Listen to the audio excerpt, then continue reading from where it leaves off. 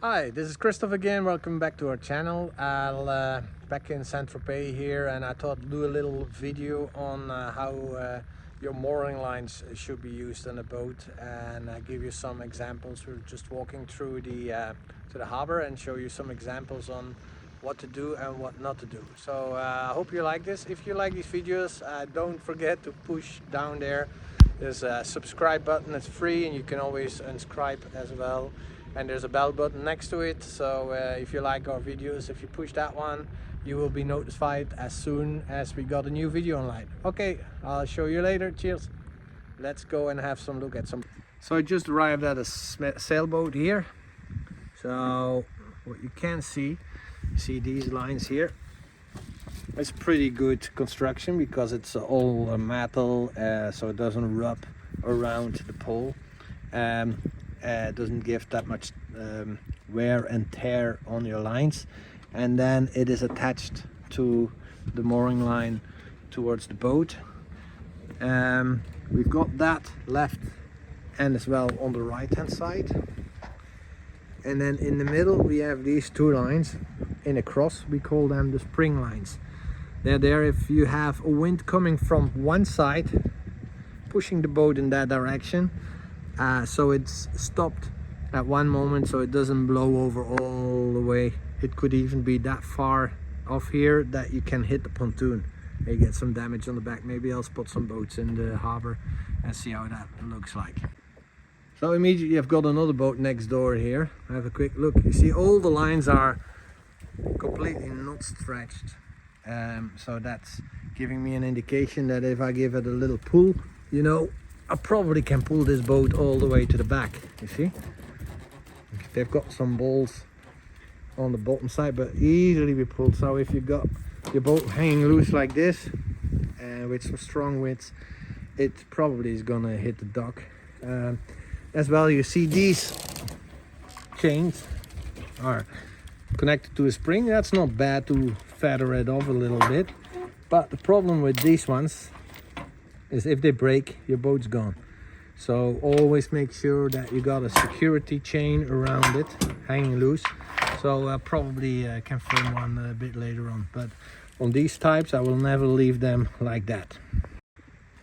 If you have a look at this spring, it's got a security chain on the back, which is much better. So if this one breaks, at least you're still on the chain, so as an extra security.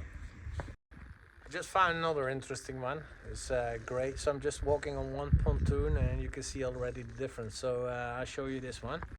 See, this one has got a double line coming from the boat all the way around the dock. Now that can be dangerous as well, because if the boat's moving up and down in the mooring, you see this line is getting rubbed around this part and it can tear down that line, so the line will snatch after a while.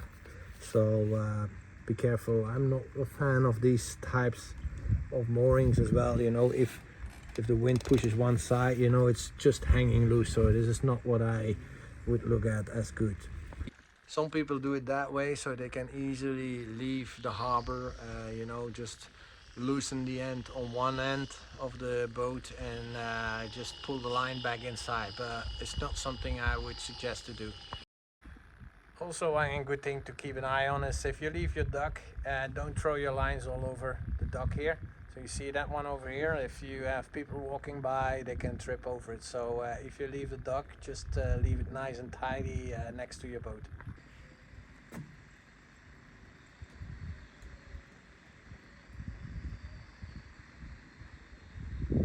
I just found another interesting one, so I haven't came across this one yet, so I'll show you here what's on this boat.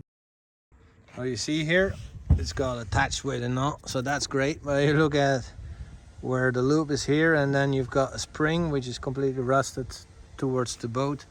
So it's normally for the spring line, so you can use a solid line for that one, but that one should have been connected to the dock, so that would have been a much better setup. So if you don't have spring lines, you can see definitely this boat doesn't have any spring lines on it, and you see as well the damage that I took from hitting the dock. So it's a bit a shame because you can avoid all that stuff by just putting 2 extra lines in it. Of course, your lines got to be out of good quality as well. If they snatch, you don't have any positive things for that as well. So I'll show you some lines that are not in good shape as well. So this is one of the lines on the boulder. You see how it's been eaten away. So it hangs around the boulder, but there's a chain on that as well from another boat. So if you see stuff like this, you know one day or the other it's gonna go. See, this line has been rubbing on the back end. It was not tightened very hard, so by the wind it probably went up and down. You see that the outer layer has been damaged, and the inner you can see straight at the inner layer of that boat. So if you see that, it's maybe a good idea to change that line. I don't have to go far. This is the neighbor's boat, so I have a quick look on the state of this line. You see, this is a line that completely snatched. The end line is there. Luckily I had a second one on it, but that's no use. So if you see the line deteriorating, see even on the other side, so it's not really useful to have lines like this on the boat. It doesn't have a spring line on it as well, so no cross. Which makes that the boat moves a lot when there's a lot of side winds on that boat. So I'm still filming on the same pontoon here, and let's have a look behind the other boat, what we can see over here. So you see they've done, okay, they've gone the good stuff with a security chain on the bottom, so that's good, it goes to the boat. And then they made another construction with another chain on it, which then attaches in the middle with 2 lines, looking as they want to use that as a spring line. I don't see why you would use that on a chromed chain. The thing is, with these chromed chains, well, first of all, they eat away in the pontoon, so you can see by the wind it's gonna move, it's gonna rub, so it's gonna damage the pontoon. On top of it, you know, these things, they have not a lot of strength, so they can snatch. If you use them, they look beautiful even as an anchor chain. They can, yeah, we've seen them breaking on a lot of wind. So a normal metal chain, which rusts off, of course, is much stronger than this one. So you see it. I would just have done it from the end all the way to the pontoon, which probably avoided hitting the passerelle, you know, on the entrance. And even for winter time, I would just take it off and put it on the dock, so it doesn't fly away. Because even when you got a big wind coming from one side, you know, underneath, you see this is gonna be pushed up, so it can fly towards the deck and back scratches on the boat. So it's not really worth doing it. We're just one boat further down the road, so I'll show you an interesting situation on this one as well. So this one is attached to the winch handle. I would not advise to do that, because these winch handles, if they keep it under pressure all the time, it's got copper wheels most of the time inside, and if they got a lot of force on them, you know, you can damage these wheels inside the winch handles themselves. So they're not, you know, you can put force on it, but then release it afterwards and put it to a firm attachment that's been made up for that as a boat, for the boat. So that's my great advice for that one.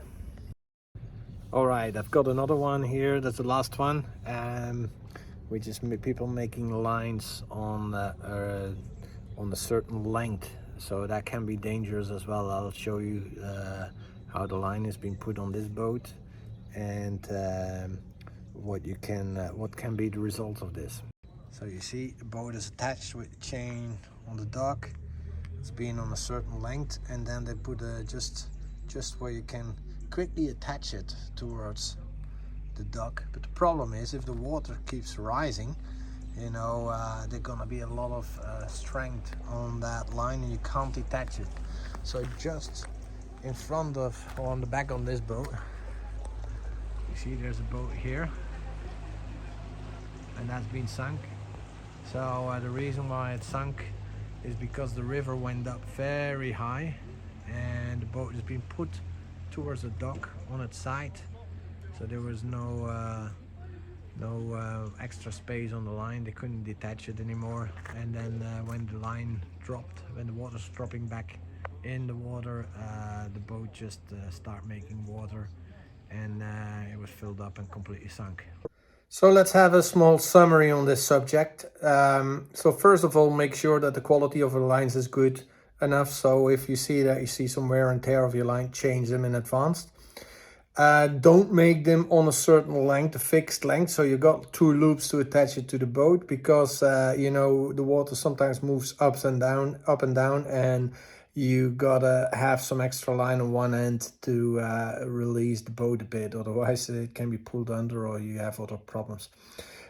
If you use dampers on the line, make sure you got a safety line underneath, and make sure as well you use spring lines to avoid that the boat is going into the dock.